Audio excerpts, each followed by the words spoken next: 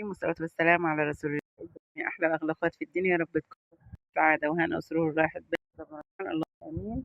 الغدا طبعًا زي ما أنتم شايفين ما شاء الله الكل يعشقها، الكل الصيف خفيفة إحنا بنعشقها، وإن إحنا كلنا فعلًا بنحبها. هي وسط البطاطس المشهورة، الرز حباية بحباية، الفراخ مشوية، فعلًا أكلات الصيف اللي ممكن تاكليها ومن غير ما تزهقي تتعبي ولا تُقفي كتير في الحر ده وتعمليه طبعًا في أقل من ساعة زمن هتكوني عملتيها. وطبعًا إحنا عارفين الأكلات النَفَس وفعلًا التلات بتاكليها أثناء الأكل هي اللي بتفرق معاكِ في الطعم، فعلًا طعم الأكل بيبقى تحفة وبيكون برضه وجبة خفيفة سهلة مغذية ومشبعة وصحية في نفس الوقت. تعالوا نشوف الأول لمّا يوصل لي نبتدي نشوف معانا فرخة كده مقطعينها ونازلينها وطبعًا وناقعينها في المحلول بتاع النقع بتاعها مصفينها، وبعد كده تعالوا بعصرتين ليمون زي ما شايفين عصرتين كده ونرمي القشر فيه فعلًا وبيمنع فرط أي فراخ زي ما أنتم عارفين. يكون في الكبة تحت قدام البصل واحدة فلفل رومي ألوان أو أخضر رومي عادي، وبعد كده بتكوني حاطة شوية طماطم بعد كده ده التوم المهروس لوحده، لإن فعلًا التوم برضه بيفرق لمّا بيتحط لوحده مع الفراخ بيخلّي ريحة الفراخ تحفة، تحفة، تحفة.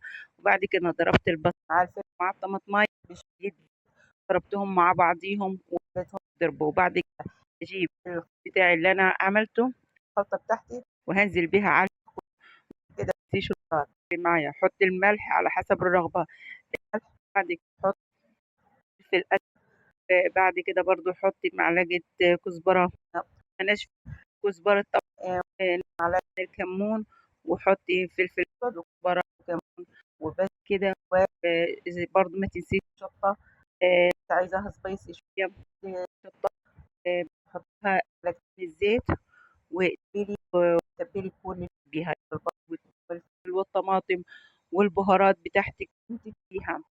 لو عايزة ماء حطّي سكر برضه بيفرق معاكِ في الطعم بيخلّي طعم الفراخ تحفة فعلًا. بعد كده بتحطّي آخر تركاية في الآخر خالص تستني شوية لو ما عندكيش زبادي استني ده معاكِ في الطعم فعلًا. الفراخ زي ما أنتِ شايفين تكوني مقطّعاها في النُص مدّية كده يعني مقطّعيها كده بسيطة أو شريحة بسيطة كده فراخ عشان التتبيلة دي تدخل في الفراخ ريحة الفراخ وتكون معاكِ رهيبة. بعد ما هنتبّل الفراخ كلّه بنفس الوضع ممكن تخلّيه من بالليل واليوم بتكون بتشرّب كل المكونات بنحط نُص كوباية لبن يا جماعة، اللبن بيفرق جدًا في الفراخ، بيخلّي طعمه بيخلّيه يستوي بسرعة وبيخلّيه طري وjuicy فعلًا وبتبقى تحفة، تحفة، تحفة. لو ما عندِك حطّي نُص كوباية اللبن هتفرق معاكِ جدًا في الطعم، هتخلّيه تحفة.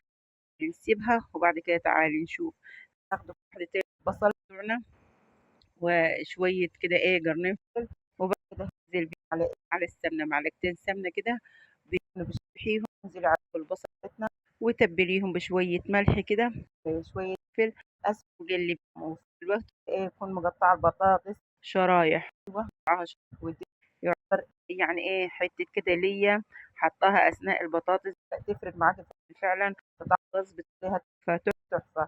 حطيت البصل حطيت طبعًا في الأخضر كل ده تشويحة بس ناخد لون ننزل عليه بالبطاطس بتاعتنا، البطاطس بتاعتنا هتكوني غسلاها وطبعًا عاملاها شرايح وفي نفس الوقت كده أول ما ريحة البصل والثوم تفيح معاكِ كده انزلي بالبطاطس على طول دي أنا باحب الأكل فعلًا يعني ليه ريح يعني spicy شوية هنا حطينا الثوم، حطينا فلفل أخضر، حطينا ملح وفلفل أسود وكزبرة، ادّيها كده تحميص على النار كل بعد شر فعلًا بتفرق معاكِ في طعم صينية البطاطس، اعملي الوصفة دي هتيجي معاكِ خالص، خالص في الطعم والريحة وريحة البطاطس كلها يعني هيشكرِك وفي نفس الوقت مش هيبطلوا إنِّك تعمليها بالطريقة دي، وتعتمديها طول ادعي لي حلوة من قلبِك وادعي لنا بالتوفيق وإن شاء الله كده بإذن الله. باشكر كل حبايبي وكل أخواتي اللي بيدخلوا القناة، كل اللي بيدخلوا لايك وبيشتركوا لي في القناة شكرًا ليكم، شكرًا لدعمكم،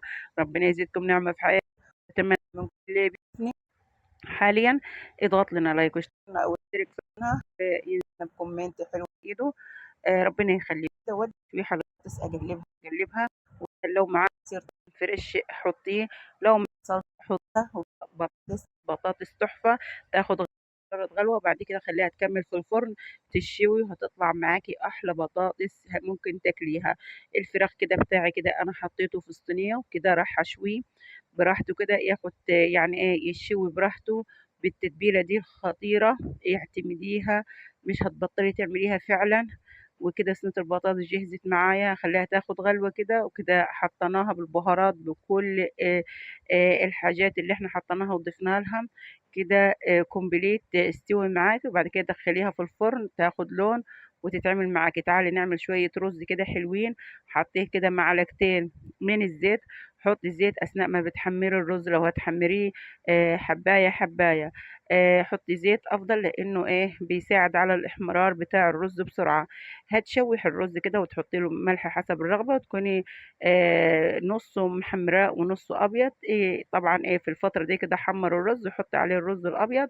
ولو عندك شوربة حطي، ما عندكيش حطي مية مغلية وعليها مكعب مرق الدجاج. وكده خلصنا الأكل بتاعنا.